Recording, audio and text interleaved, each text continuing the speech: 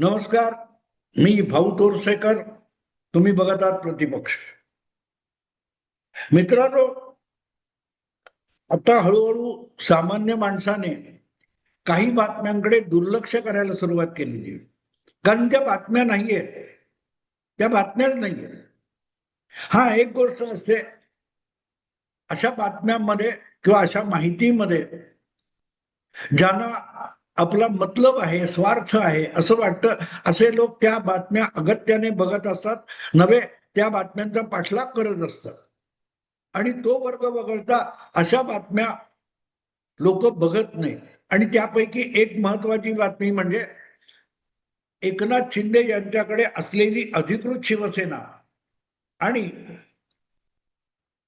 उद्धव ठाकरे यांच्यामध्ये शिवसेनेचं पक्षचिन्ह आणि शिवसेना पक्षाचं नाव याविषयीचा जो एक खटला सुप्रीम कोर्टामध्ये गेली 4 वर्ष धूळखात पडलेला आहे, त्याची सुनावणी नव्याने परत सुरू झालेली आहे. मी नव्याने एवढ्यासाठी म्हणतो की 4 वर्ष पुढे मागे होत त्याची सुनावणीच होत नव्हती, पण आता निदान तोंडदेखली सुनावणी सुरू झालेली आहे. याचं कारण असं आहे की खरं तर त्या खटल्यामध्ये फारसा दम नाहीये. कोणतरी कुठेतरी मेलेला आहे आणि तो मेलेला माझा बाप होता की नव्हता याविषयीचं एखादं प्रकरण कोर्टात गेलं तर ते आज त्याचा निकाल लागला किंवा आणखी 200 वर्षांनी निकाल लागला तरी व्यवहारामध्ये परिणामतः त्याचा काहीही उपयोग नसतो. तसं 2023 मध्ये जेव्हा या विषयाचा निवडणूक आयोगासमोर सुनावणी झाली, महाराष्ट्र विधानसभेत सुनावणी झाली आणि नंतर त्या दोन्हीकडच्या निकालांना आव्हान देत उद्धव ठाकरे यांनी सुप्रीम कोर्टात धाव घेतली, तेव्हापासून हा विषय लोंबकळत पडलेला आहे. मग त्यावर वेगवेगळी कारणं दिली जातात. तुम्हाला आठवत असेल तर या दोन म्हणजे विभागणी झालेल्या किंवा तुकडे पडलेल्या पक्षांविषयी नको तितका उतावळीपणा उद्धव ठाकरे यांच्या गटाकडून आणि पक्षाकडून आणि वकिलाकडून झालेला आहे. अगदी एकनाथ शिंदे यांचं सरकार आलेलं होतं, पक्ष दुभंगलेला होता, पण तरीही खरा पक्ष कोणाचा खोटा पक्ष कोणाचा हा सगळा वाद रंगत असताना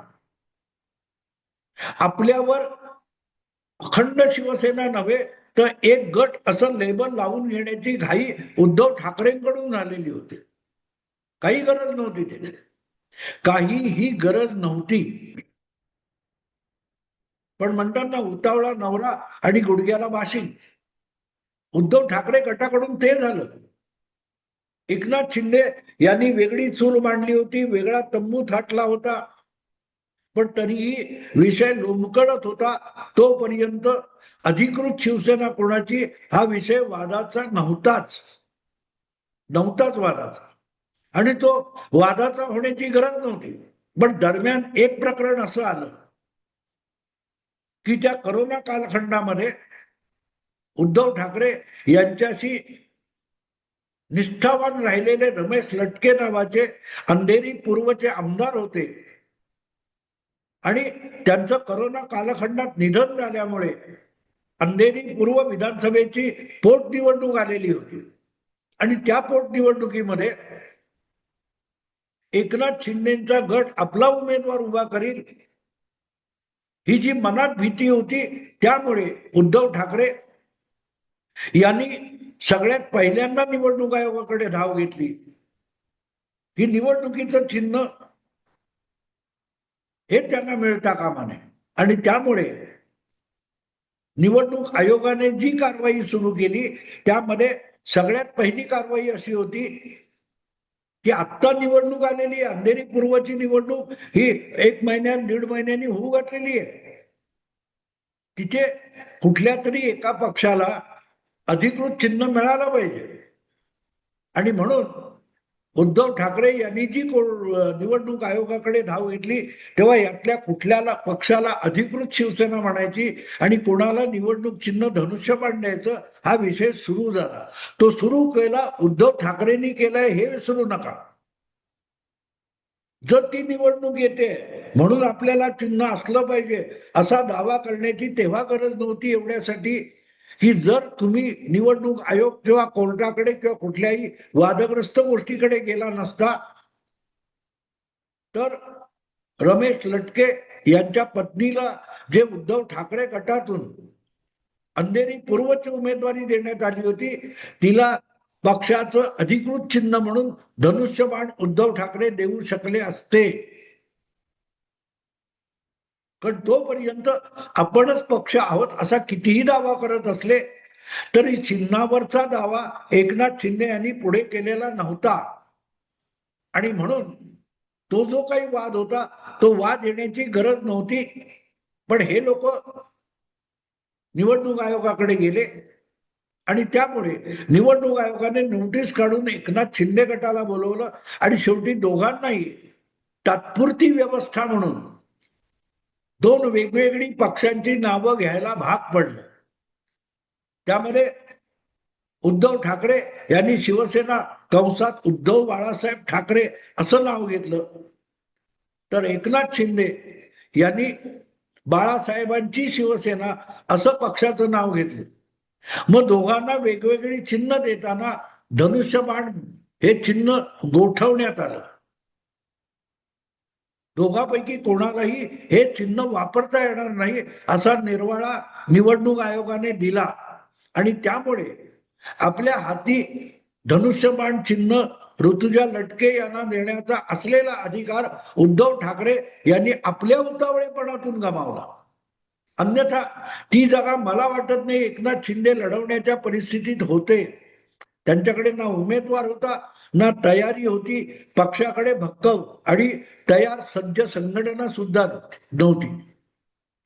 हा मुरजी पटेल नावाचा भारतीय जनता पक्षाचा एक कार्यकर्ता जो तिथे एकदा नगरसेवक म्हणून निवडून आलेला आहे तो पुढाकार घेत होता आणि भाजपतर्फे त्याला उमेदवारी दिली जाणार अशी चर्चा होती.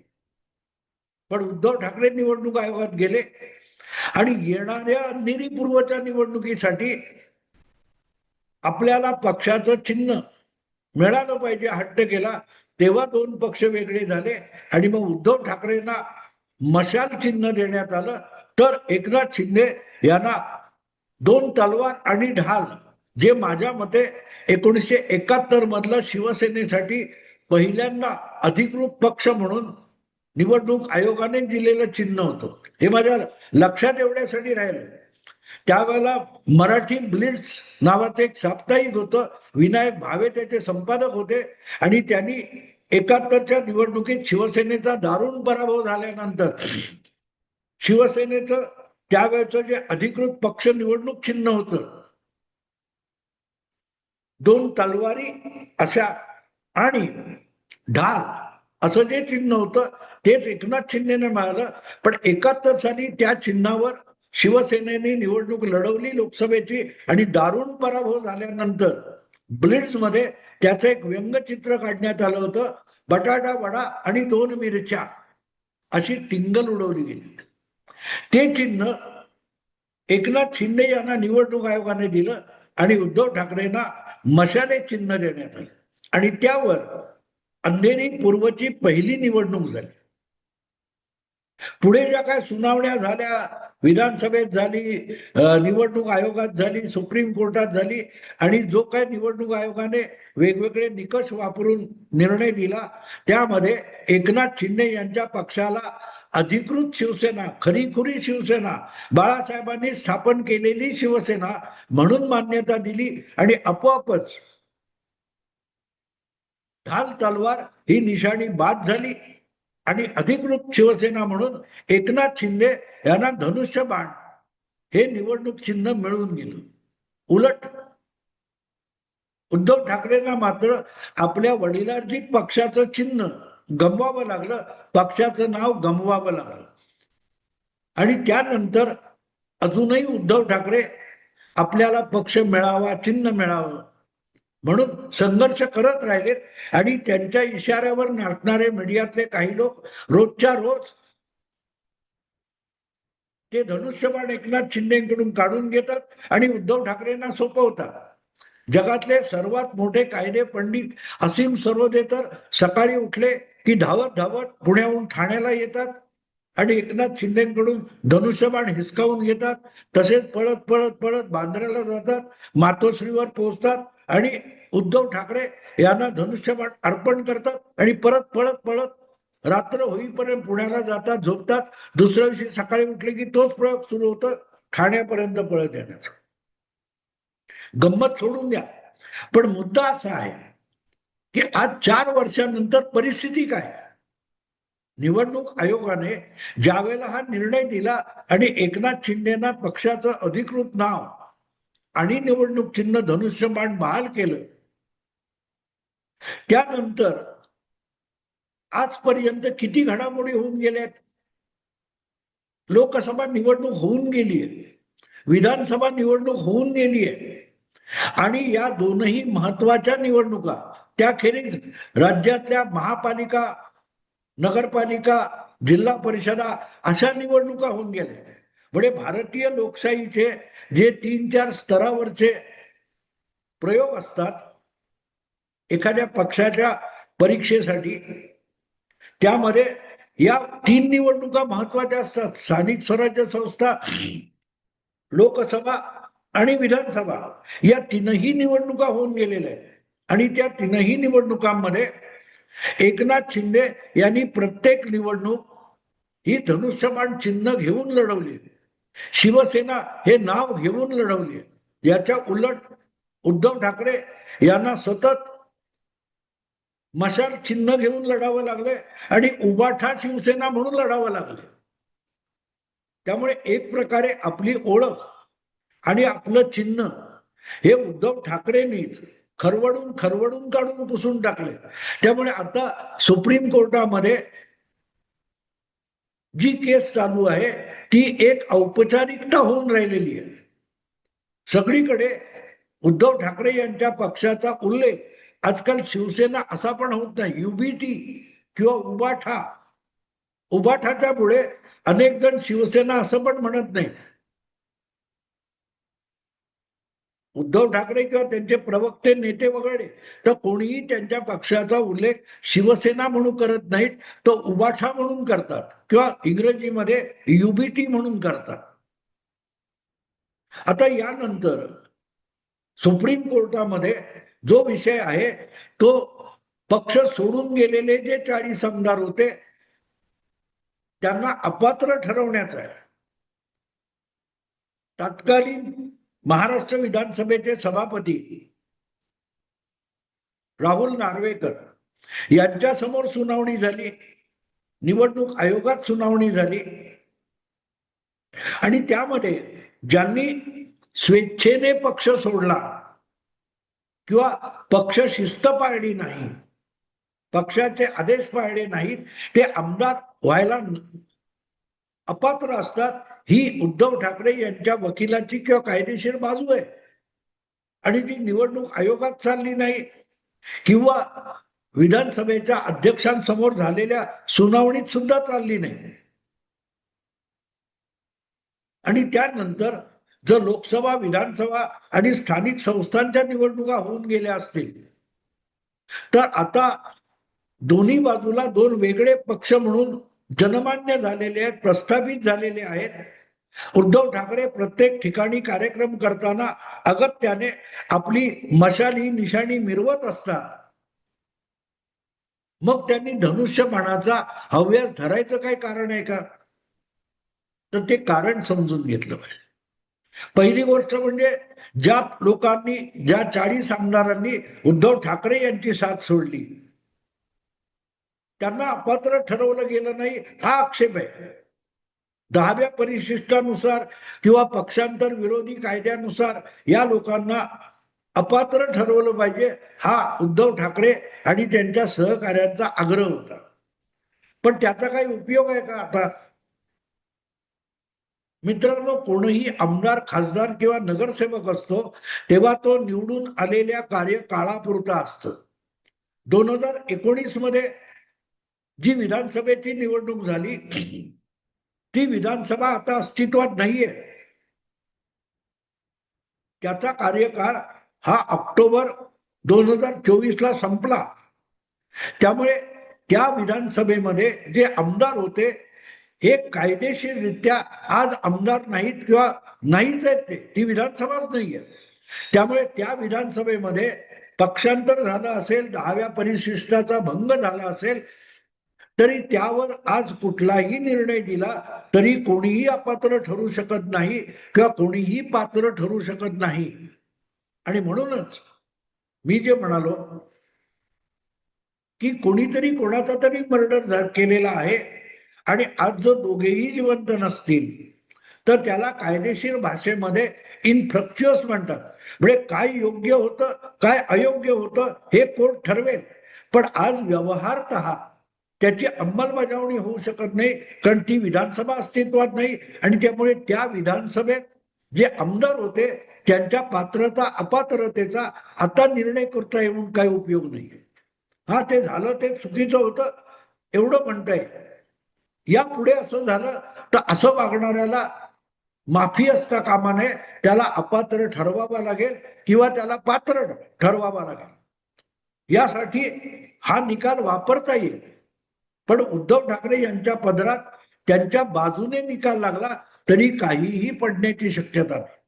मग तरीही जिद्दीने उद्धव ठाकरे ही केस सुप्रीम कोर्टात का लढवत आहेत आणि त्यांच्याशी एकनिष्ठ असलेल्या बहुतांश पत्रकारांना आजही खोटा आशा काय आहे की धनुष्यबाण उद्धव ठाकरेंना मिळेल.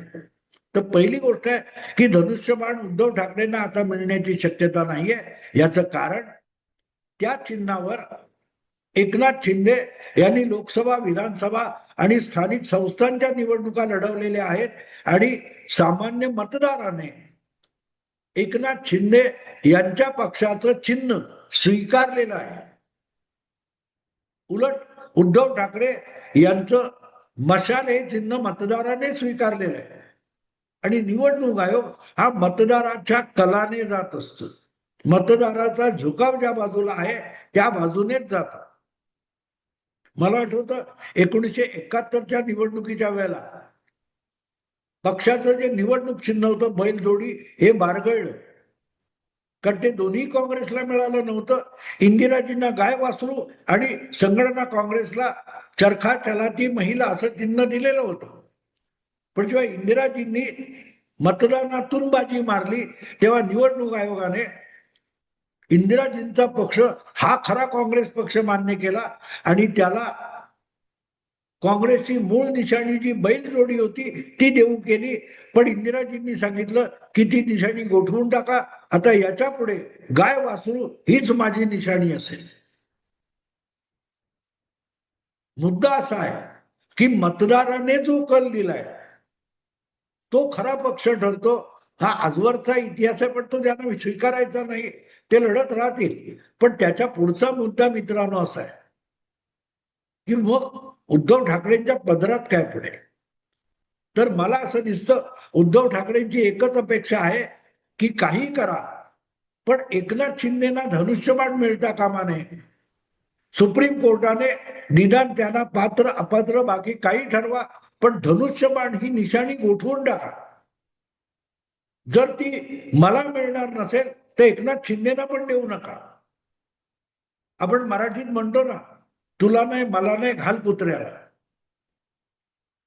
आज उद्धव ठाकरेंची भूमिका अशी आहे की ते शिवसेना हे नाव आणि धनुष्यबाण हे चिन्ह मला मिळणार नसेल तर ते गोठवून टाका, ते एकनाथला पण मिळता का म्हणे. म्हणजे मला आठवतंय कुठेतरी एक किस्सा ऐकला होता की देव प्रसन्न झाला आणि म्हणाला, वत्सा तुला काय पाहिजे ते माग. तेव्हा वत्स म्हणजे देव भक्त कोणी आहे तो म्हणतो की एक मिनिट, काय काय मागू काय मागू. एवढ्यात देव त्याला सांगतो, जे तू मागशील त्याच्या दुप्पट तुझ्या शेजाऱ्याला मिळणार आहे, तेव्हा विचार करून माग. तेव्हा तो देवभक्त हा नकारात्मक असतो. दीर्घद्वेषी असतो. तो म्हणतो माझा डावा हात तोडून टाक जेणेकरून शेजाऱ्याचे दोन्ही हात तुटतील. उद्धव ठाकरेंची नकारात्मक भूमिका तशी आहे. आपला पक्ष वाढवण्यापेक्षा एकनाथ शिंदे यांचं राजकारण अपेक्षी ठरावं, त्यांचं चिन्ह गोठवलं जावं ही त्यांची इच्छा आहे. आपला पक्ष वाढवणं, मशाल लोकप्रिय करणं ही भूमिकाच नाही आणि तिथे सगळी गल्लत होते. नकारात्मकता तुम्हाला विजयाकडे घेऊन जात नाही, पराक्रमाकडे घेऊन जात नाही. मित्रांनो, आता थांबतो. आवडलं लाईक करा, शेअर करा आणि प्रतिपक्षाला सबस्क्राईब करा. नमस्कार.